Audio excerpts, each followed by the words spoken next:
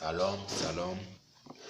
Voilà, je disais, quand nous avons vu, je continue l'enseignement, quand la statue, la parole de Dieu nous dit, quand on a la statue où Nebuchadnezzar a vu dans son rêve, où la tête était en or, puis les autres parties, ainsi que les pieds qui étaient d'argile et de fer. Et la parole de Dieu nous dit que sans l'aide d'une main, qu'une pierre a quitté ailleurs, s'est roulée, est venue briser la statue. Et la statue était tous détruite. Et on n'avait même pas aucune trace de la statue. Et la pierre s'est roulée et ça a rempli la terre. Le symbolisme de la pierre symbolise le royaume des cieux. Voilà, le royaume des cieux qui est gouverné par le Saint-Esprit. Et nous vivons dans cet troisième événement qui est le royaume des cieux. Nous sommes les fils du royaume des cieux qui a pour gouverneur le Saint-Esprit. La parole de Dieu dit dans le livre de Romains, tous ceux qui sont conduits par l'Esprit de Dieu sont des fils de Dieu. Nous sommes des enfants de Dieu qui sont conduits par l'Esprit de Dieu. Il dit notre esprit témoigne, il dit l'Esprit de Dieu témoigne à notre esprit que nous sommes les enfants légitimes de Dieu. Voilà. Donc nous vivons maintenant le royaume des cieux, le royaume manifesté de Dieu. C'est comme dans le livre de 1 Pierre, chapitre 2, verset 5, si je ne me trompe, qui dit que nous sommes les pierres vivantes. Et c'est de cette pierre que Daniel a prophétisé depuis des décennies jusqu'à aujourd'hui. Daniel prophétisait de ce royaume qui était nous.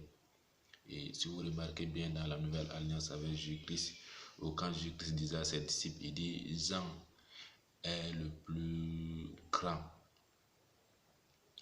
de toute personne qui est née d'une femme. Et il est le plus petit du fils, du plus petit du royaume des cieux. Voilà. Donc c'est pour dire quoi? Nous ne sommes pas nés de la volonté de l'homme, nous sommes nés de la volonté de Dieu. Nous sommes les fils de Dieu, nous sommes de cette race élue, une sacerdoce royale mis à part pour œuvrer avec Dieu. Voilà, je vais te donner ta position. Tu as été positionné dans un lieu très haut avec Dieu. Tu es un sacerdoce, tu es mis à part, tu es sacré. Tu es un vainqueur, tu es un tueur de géants. Voilà. Nous vivons cette réalité du royaume des cieux. Voilà pourquoi la parole de Dieu nous dit nous devons laisser conduire par l'Esprit de Dieu. Nous devons laisser conduire par l'Esprit de Dieu parce que nous sommes les fils du royaume des cieux. Voilà. Et quand on parle de conduite, cette conduite-là, c'est pas le Saint-Esprit. On parle de la nouvelle alliance. C'est quand ces 112 ont reçu le baptême du Saint-Esprit. Et après cela, à cette génération, la nouvelle alliance, à notre église, ainsi que des frères et sœurs, la communion fraternelle, nous également, nous avons reçu l'Esprit de Dieu. Donc Dieu nous parle de ce royaume des cieux. Voilà. Et c'est ce royaume-là qui est actuellement là. C'est à travers le Saint-Esprit nous avons la capacité d'évangéliser et c'est le Saint-Esprit qui convainc les cœurs. Voilà pourquoi je vais attirer l'attention de quelques-uns d'entre vous. Quand vous sortez pour évangéliser, faites votre part. Le Saint-Esprit aura sa part à faire parce que le Saint-Esprit convainc les cœurs. À l'instant même que tu vas commencer à parler, prépare-toi dans un endroit avant de sortir. Parce que quand tu vas prier et quand tu vas aller évangéliser, au moins tu vas ouvrir ta bouche en train de parler, le Saint-Esprit va commencer à faire son travail.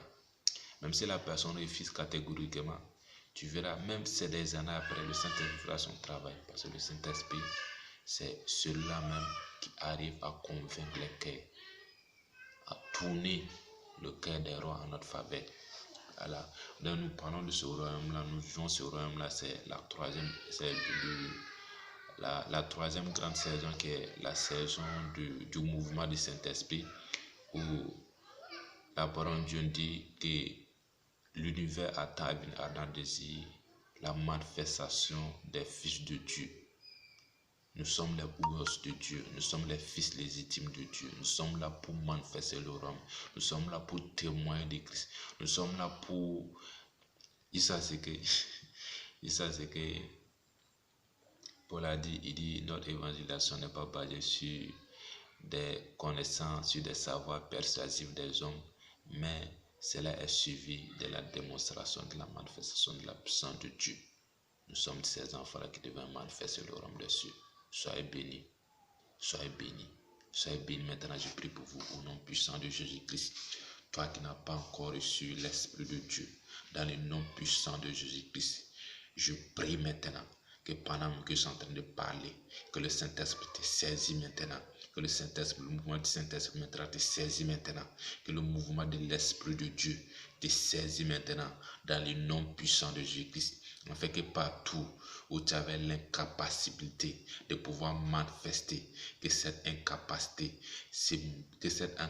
devienne maintenant une reproduction de puissance dans le nom puissant de Jésus-Christ. Je prie maintenant, toi qui avais des dons et qui n'étaient pas encore révélés, je prie que ces dons commencent à se révéler dans le nom puissant de Jésus-Christ. Toi qui avais un entendement spirituel, tu n'entendais pas la voix de Dieu. Je prie maintenant que tes oreilles spirituelles s'ouvrent maintenant afin que tu entends la voix de Dieu. Toi qui étais aveugle spirituellement, je prie que tes yeux s'ouvrent dans le nom puissant de Jésus-Christ. Toi qui as des difficultés de parler, je prie que l'Esprit Saint touche ta bouche maintenant et purifie ta bouche dans le nom puissant de Jésus-Christ. Sois béni. Nom puissant de Jésus-Christ. Amen.